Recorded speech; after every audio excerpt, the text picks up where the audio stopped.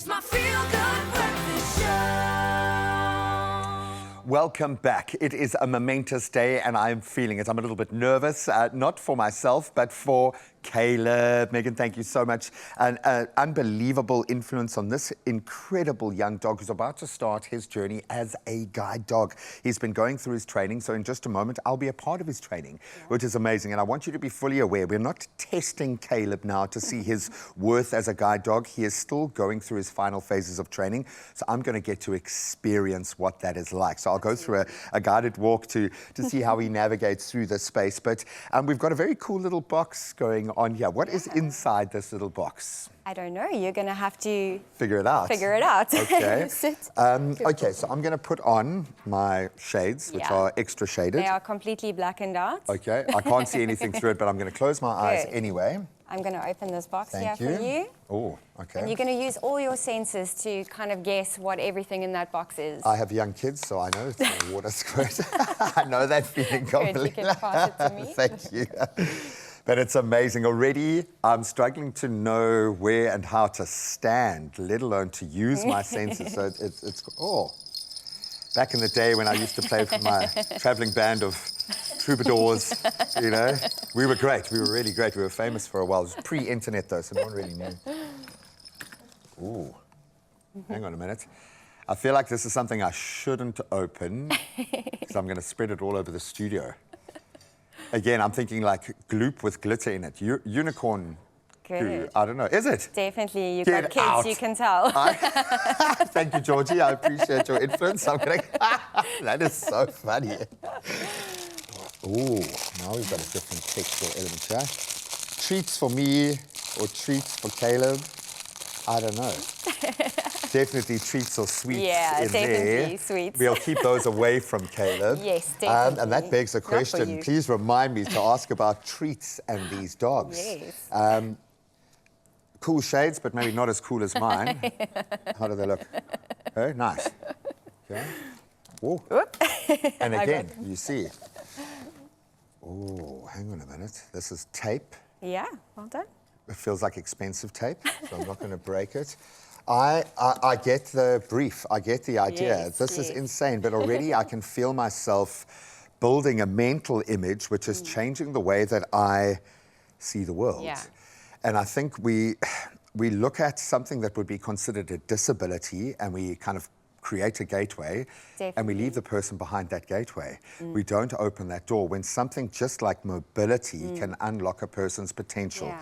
That is amazing. Oh, there were even more fun things too. I would have struggled maybe with the photo of the dog because, I mean, therein lies a very sobering reality that we have to deal with. It's about how we forget the small things that are easy for us. Everything we take for granted. At least now I know if my kids are about to shoot me with a water blaster while I'm still asleep or something and I grab it, I'll know exactly. Okay, we digress. That was a wonderful exercise to go through and I would love for you to do that with your kids in particular. But Caleb was born ready by the looks of it, but I think he's ready to take us through our little course. Should we do this? Cool. So what do I need to be aware of as someone who is aiding with the training process? So, first off, I have my lead attached. It's not for any other reason than that he just doesn't know you yet. For sure. So, we even do this with our guide dog owners. So, the first couple of walks, it's all with my lead attached, just to help Caleb and to reassure Caleb that I'm there as well. How and also important for safety. No, completely. Yes. And again, it's his training. How important is touch and those little cues that you give him? Because I notice you're quite obvious and intentional about everything that you're doing. Very, very, very important. I mean, that's how he knows he's doing a good job. We don't work for free. So, so any, praise, verbal praise, physical praise, telling him he's a good boy, and then, of course, treats, because he's a Labrador. Because he is a Labrador. I mean, we'll chat about that in a moment, but I don't want to muddy the waters. Let's do this. Caleb, good. So all you're going to do is I'm going to get him to stand. Come, Calebie. Good boy. And you are just going to tell him forward. And how you're going to do that is you're going to take your right arm. Okay. You're going to swing it almost like you are throwing a ball. Okay. Good. But so step back with your right foot. Okay. Good. And then just in front of you like you're throwing a ball under and then forward. Forward. Good. He's then going to move. Good. Just relax your arm. Good. and then we are coming up to a narrow space over here. Okay. Generally what they do here is they will actually stop to indicate that there's maybe a reason that we're not just going to keep walking. Okay. So the person will actually be able to then feel. So they'll generally feel up and down and then right and left. This one is quite low. But so he's just indicating that this is a bit more narrow. So we're just going to tell him. And I'm thinking I'm already building a mental image just by what his body is doing. Exactly. Which is amazing, okay. So we're just going to tell him forward, and then he's going to do it nice and steadily. Good. Forward. Steady. Good. And then he's going to go off to the left. Good. Or the right. Good. Find the way. That's nice. it. Good boy. Good job. Nice. Oh. Good. And it's like I get a sense he's tempering his own movement. As soon as there's any pull, Exactly. he just gentles Caleb, the tension. Yeah. Good boy. So that's just a very small taste of what good they can do. Very, very good boy. Mwah. Oh, And he you is can see he loves the praise, beautiful. yeah. He really does. Oh, man, Good. let's get back into the light where this gorgeous boy can get all of his light. I'm sweating after that because that was quite intense.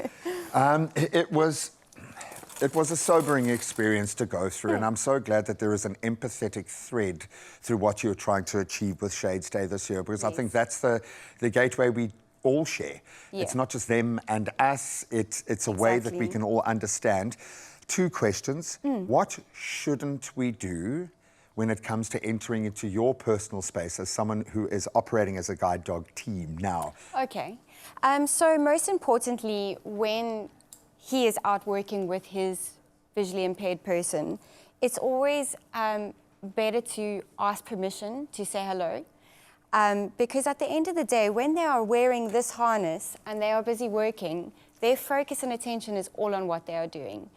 And anytime somebody comes into that space, and I mean, it's difficult because they're so cute, you know, but anytime they distract that process, it's actually putting the person in danger. It takes them a step back. So always a good idea to rather ask permission from the person. As in life. As in life, I think. Exactly. Very quickly, if we want to help beyond, obviously, supporting Shades Day, and we'll do that. If people want to experience this firsthand, be a puppy walker, help you guys in a larger sense, how do they do that? So the best thing to do is just log on to our website. All the information on everything is there. So all the information on Shades Day, all our application forms. So if somebody is visually impaired and they want to apply to have a guide dog, they can apply there. They can apply to be a puppy raiser there.